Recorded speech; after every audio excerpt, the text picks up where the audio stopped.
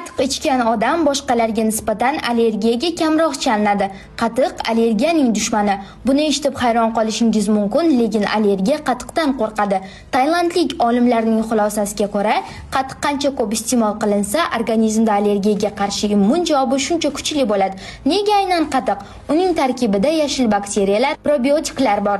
Ular ichakdagi yomon moddalarni neytrallashtiradi, immunitetni mustahkamlaydi, yallig'lanish jarayonlarini pasaytiradi. Vitamin va minerallarga boy, ayniqsa kalsiy miqdori yuqori.